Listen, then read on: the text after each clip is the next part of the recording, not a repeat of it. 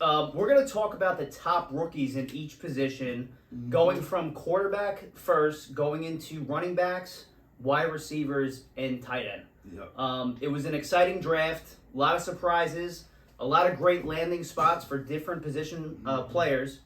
And we're going to start off with the quarterback. So we're going to start with Michael. He's going to talk about his top quarterback going into the 2023 fantasy football season. Okay, well, my top quarterback is Anthony Richardson. Now, give me twos. This is a guy who tested in the 99th percentile of all athleticism. Maybe the greatest athletic quarterback we've ever seen come into the NFL. We're talking about 4'4", 340, 40-inch vert, about 6'4", cannon of an arm.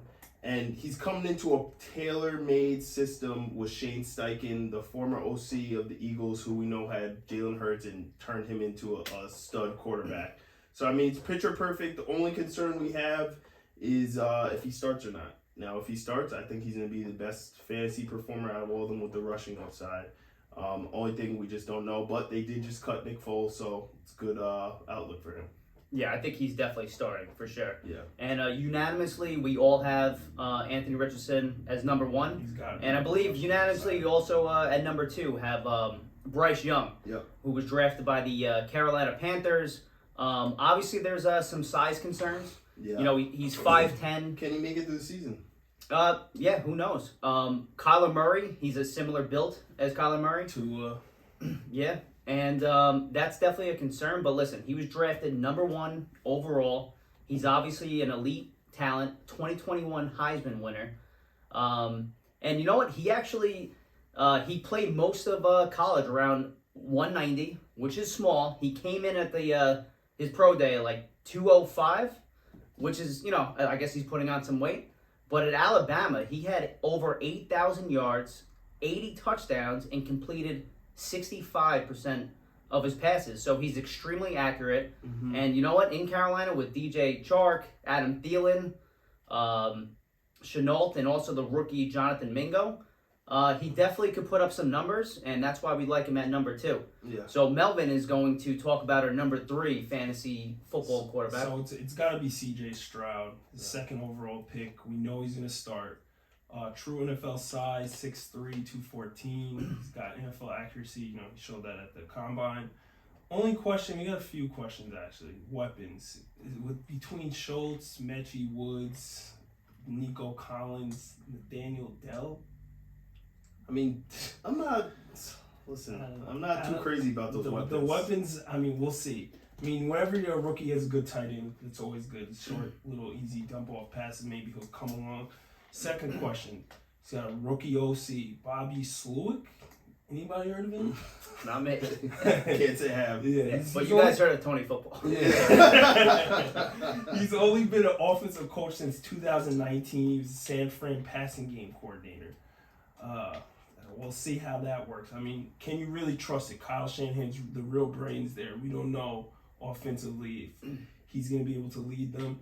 And then the second thing, does he have any rushing upside? You know, most leagues are 4-point passing touchdowns, so you're going to get most of your points for rushing. I mean, he's athletic enough to rush, but will he actually rush?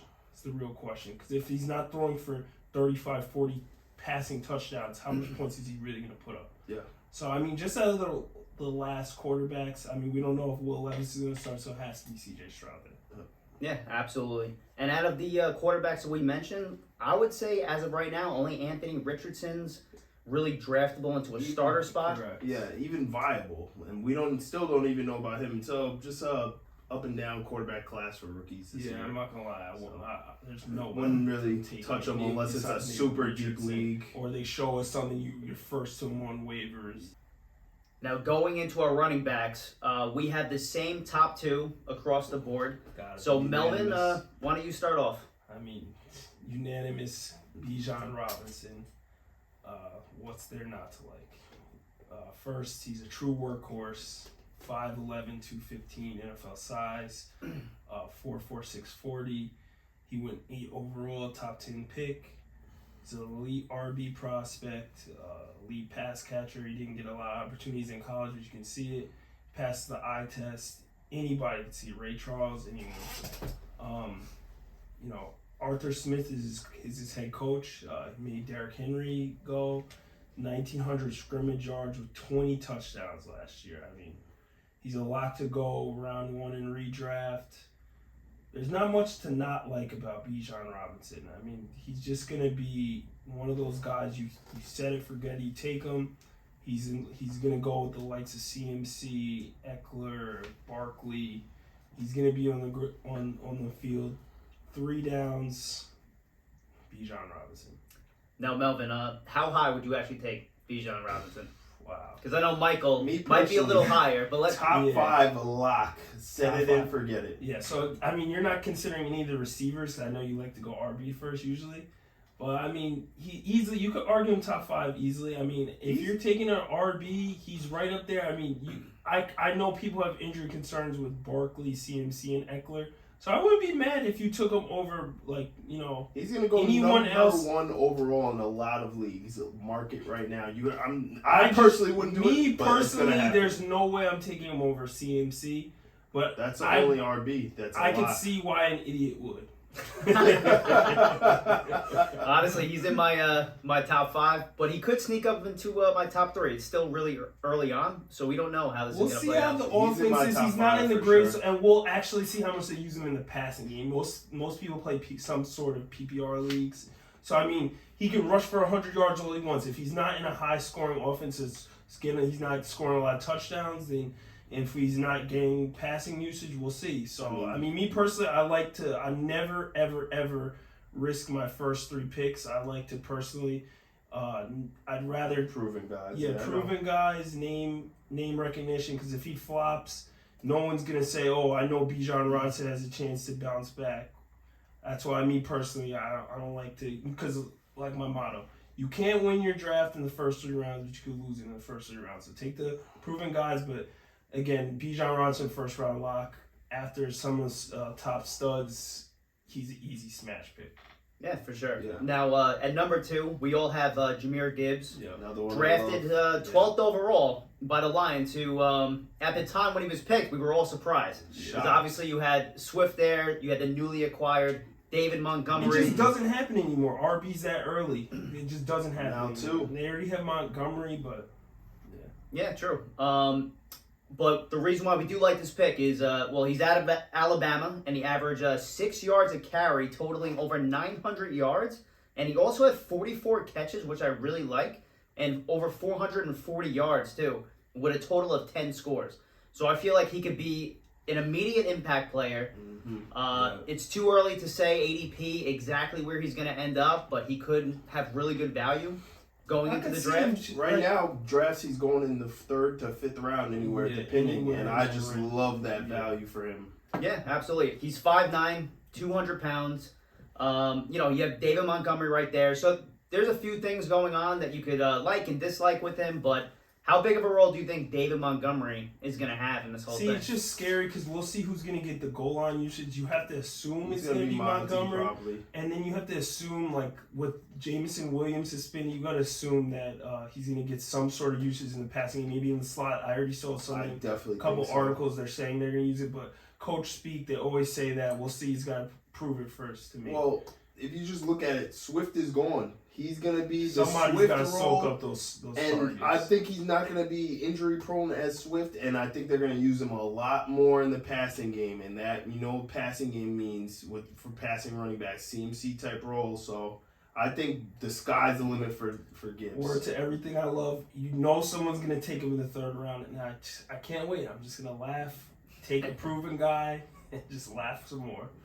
I do have to say, though, if you're taking someone 12th overall, you believe in him, Yeah. and you're going to put him to work. Did you see the draft room? Did you see the draft room when they drafted him? They went nuts. Like they got fucking Aaron Rodgers or something. Every time I looked at the draft, I'm a huge Jets fan. No matter what, everyone just kept hyping this kid up. Like, he's going to go much higher than you think, going to go much higher than you think, going to go much higher than you think. And 12th pick overall. Wow. Crazy. Yeah. So, Michael, why don't you talk about your 3rd overall pick? And this is where we have a different group. We all have a different 3rd overall. Yeah.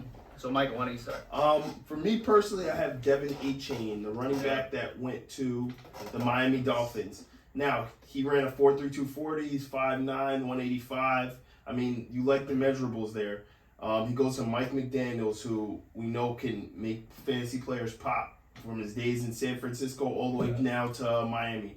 So, I mean, he's really competing with Mostert for the starting job, and I think he's better, to be honest. And you could put up a lot of points. So, it's a definite super tier drop from those top two guys, but I think he has a good opportunity to take over that backfield. So I mean, I just think Mike McDaniels, he's gonna pop at some point during the season. It's just he's just gonna send him out there and just get absolutely killed because he's so little. But I think he's gonna be one of those late round flyers that you won't regret, or one of those guys that towards the end of the season waiver wire you put up all your fab.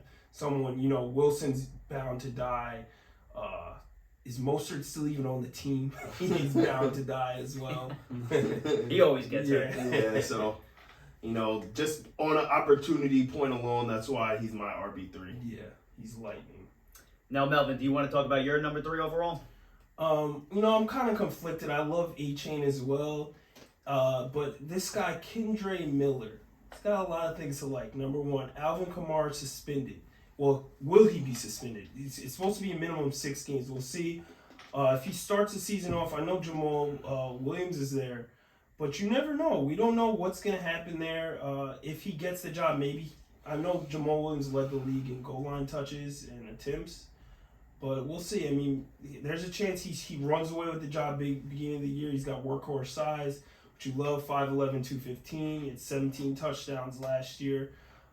Is he the goal line back? Another guy like good upside flyer into the draft. You just throw a dart. If he sucks, you drop him right away. Who cares? That's just to me personally. Mm-hmm. And I think a wire guy as well. If Kamara takes his suspension towards the end of the year, and this back gets a lot of time to develop, and then the last 6 games is starting, do you know what he could do to your fantasy team? He could take you there. He championship. could take you there for sure. Definitely for sure. So, another guy, flyer. Yeah, absolutely. And so my number 3 is Roshan Johnson. Everyone knows him as the backup for Bijan Robinson. So maybe he didn't have that opportunity to really prove how much he could do on the football field. Yeah. But he's 6'2", 220.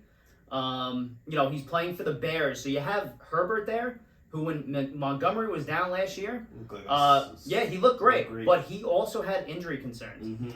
And Herbert's no lock to be the number 1 there. So there is an opportunity. I know they spent a 4th round pick to grab Johnson. So the opportunity's there where he could actually do some damage. Another late round flyer that you could the whole lineup add to the list. He's got a lot of talent. The kid's got a lot of talent. He was just stuck behind a generational prospect in Bijan Robinson. So, I mean, you never know. I mean, is Herbert going to stay healthy? It's always the question. You just don't know. He could easily run away with the job. Even preseason, we don't know. So, he's definitely a good flyer for sure. Now on to wide receivers. We all have the same 2, the top 2, and then it gets different as we get to number 3. So, Michael, why don't you start it off? I'm going to kick it off with the number 1 guy, Jackson Smith-Njigba. He went to the Seahawks. We know the talent. He's not overly athletic, but, I mean, the boy can run some routes, bro. Like a mini Cooper Cup. My baby Cooper Cup. But, even kicking back to when he played, his last real game, the bowl game, Rose Bowl, 15 catches, 346 yards, and 3 touchdowns in 1 game. When his teammates that was 1 game? When his teammates were Garrett Wilson and Chris Olave, and he was catches. The number 1 guy. Let's not forget that with C.J. Stroud and them boys. So I mean, the boy has immense talent. Only concern we have is volume with Metcalf and Lockett, and then they got Kenneth Walker, Charbonnet. But that's really my only concern. Now, does that make Geno Smith a top pick at or top 12? I wouldn't say he's a QB1. I wouldn't say he's a QB1. Because we love the 3 receivers. Yeah. So what does that do to Geno Smith? I mean, bumps up a little. I mean, he's a good backup. He just doesn't pass for enough touchdowns. Maybe he will. He doesn't run, so we'll see. I mean, he's right in the mix of being just a decent good starter. Daniel Jones. I still wouldn't jump to draft Geno Smith. Right. Who knows if he could do it again? But Superflex is viable second I could see why people love Geno Smith in Superflex. Now, would you take him over Kirk Cousins? Speaking of Superflex, I would not.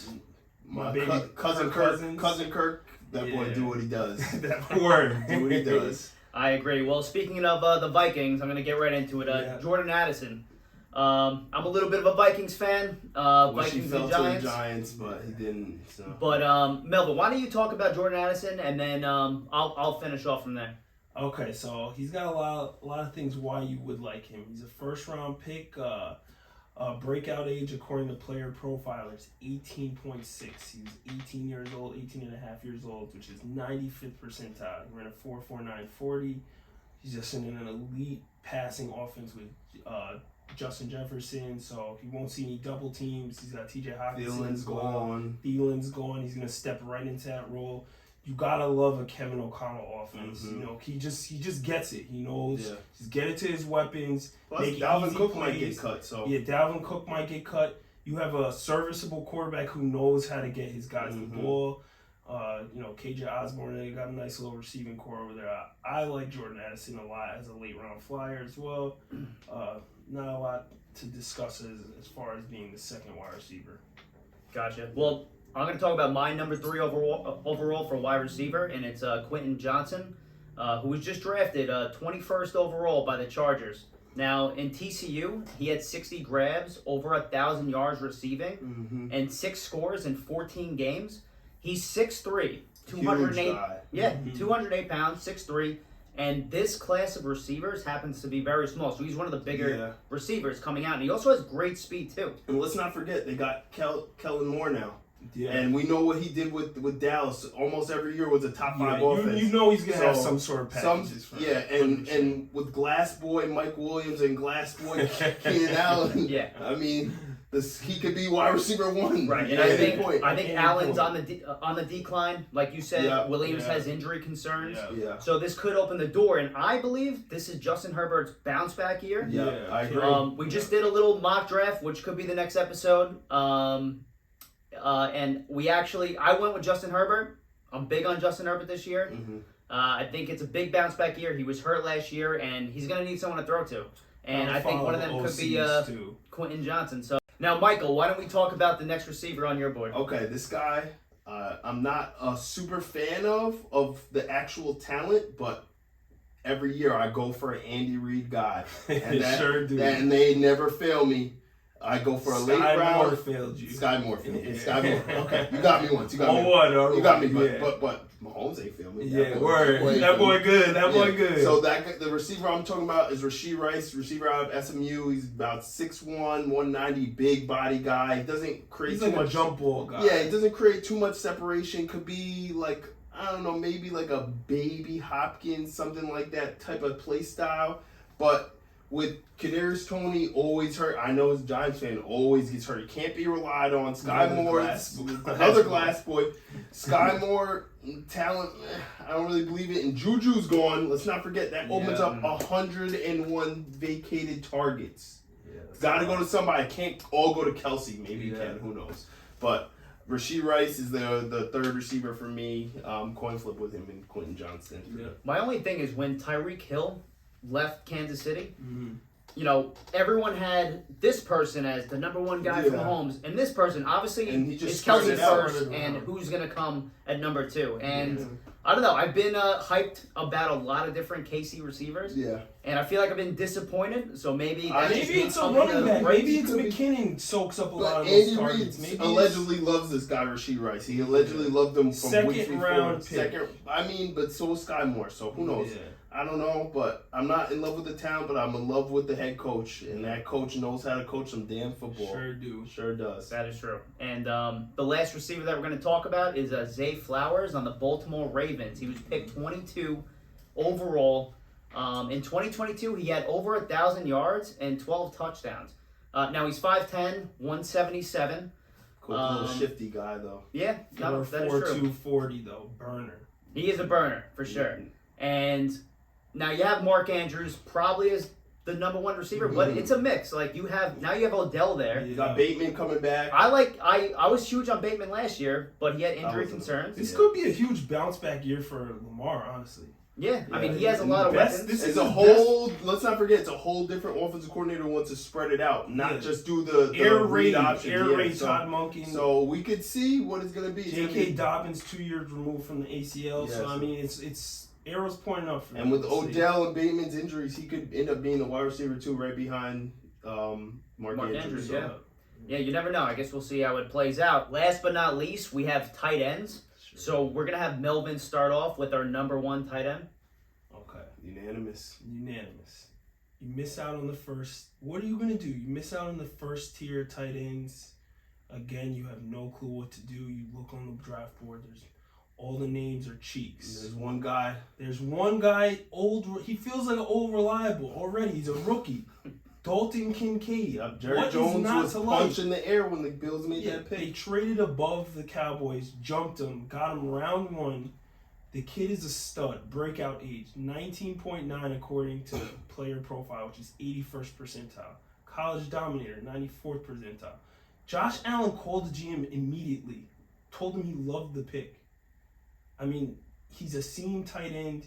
He runs all the routes. They needed someone next to Diggs. There's no one else. I Yeah. mean, Gabe Davis is okay. I mean, Okay. Dawson Knox is just a touchdown touchdown guy. guy. All right, Josh Allen. This is a little something I like. Josh Allen, the last 3 years, 37 passing touchdown, 36 passing touchdown, 35 passing touchdown. The last 3 years, Diggs accounts for 8, 10, and 11 in those respective years, right? So that means there's 29, 26, 24 available. If he's on the field majority of the time, he's a 3-down player. I mean, he's going to soak up so many yards, receptions, and touchdowns. I mean, typically rookie tight ends don't hit the ground running, but I mean, I can't see why this kid doesn't. There's a few concerns I have. Will he play as a slot, as I a think he's hybrid gonna be a wide slot, receiver? hybrid, yeah, with Knox as actual tight He's end. coming off of a tailbone fracture. Will that affect him at all? Is he going to be on the field all the time with Dawson Knox? Because, you know, a lot of coaches, they're like, oh, we got to have the older player and the rookie's got to earn. You know, what if he's... But at worst case, I think, you know, he's a streaming tight end. Mhm. Towards the end of the year, he comes on and you just throw him in your lineup, Yep. set it and forget it.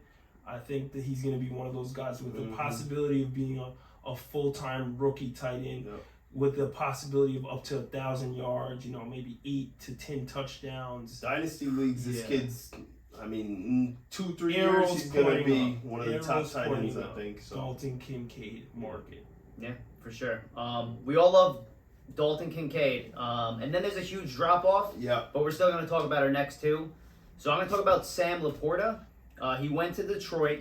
Mhm. He's 6'4", 250 pounds. His last 2 years in college, he combined for 1,300 yards and 4 touchdowns.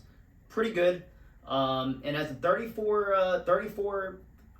34th overall pick, Yeah. they obviously believe in him. And I do Hawkinson recently had some success in Mhm. Detroit. Yeah, So maybe offense. when he takes this role, him having the talent that he does, he could, make an impact for your fantasy Do team. not forget, Jamison Williams has been in the first 6 games. Those targets. And this kid reminds me a lot of George Kittle. Yards after the catch, this Yeah. kid. He's an Iowa Those tight end, tight ends just like George Kittle. Gets Word. the ball and goes. Indeed. And that boy might be something special, but we'll see. Who knows? So, Michael, do you want to talk about our last and final tight end? Yeah, I mean, I don't love where he landed. It's Michael Mayer. I mean, he was at Notre Dame, was the #1 passing option in that offense. He can carry an offense, but he's behind a lot of great pass catchers in Las Vegas. But we've seen what Josh McDaniel could do with tight ends. I mean, with Gronk and the late, great Aaron Hernandez. No, but you know what's... I'm not going to lie. I wouldn't say great, but that boy caught a couple bodies. It was great, but Yeah. maybe not in football. Yeah. No, I'm not going to lie, though. A couple things scare me about him, though. Why was he the 4th tight end drafted? It's not by his fault. It was just a great tight end draft. Does the NFL view him as a pass blocking tight end rather than a He pass can do catching it all. tight end? I mean, watch the tape. He does it all. Yeah, I mean, the He's team a does lie. well-rounded The team does tight lie. end. They got a lot of weapons. They there, got a though. lot of They're weapons. still going to feed Josh Jacobs the ball. You got Yeah. Devontae Adams is always going to get... He had Mhm. 180 targets last Mhm. year. Jacoby Myers. Yeah. I mean, so we'll see Where's how he much gonna land in- volume yeah. he gets. But I mean, I like the talent. Just don't like where he landed. Maybe in a couple years, if you have dynasty leagues. I mean, Jimmy G, I like the quarterback. We've seen what he did with Kittle, so I mean, the talent doesn't last. That's one thing for sure. And not too long ago, last year, before he got hurt, Darren Waller, who was on the Raiders, he would have been a third, fourth round pick without the injury. So maybe Michael Mayer steps into that role, and possibly. he winds up doing well. Possibly, Yeah, we'll see. I mean, anything can happen. It's a new quarterback. I mean, we knew what Derek Carr loved Hunter Renfrow, loved Devontae Adams. Maybe he loves Mayer first. Maybe he loves him second. I mean, you can't say that he's ever going to get more targets than Devontae Adams, but the second one's up for grabs. We don't know. All right, well, that wraps it up for today. And Michael, why don't you talk about the next episode? Next episode, we're going to do a mock draft, us three together in the same one. See who gets the best team. But yeah, that's about it. That wraps it up. It's going to be me. We shall see. See you guys next time.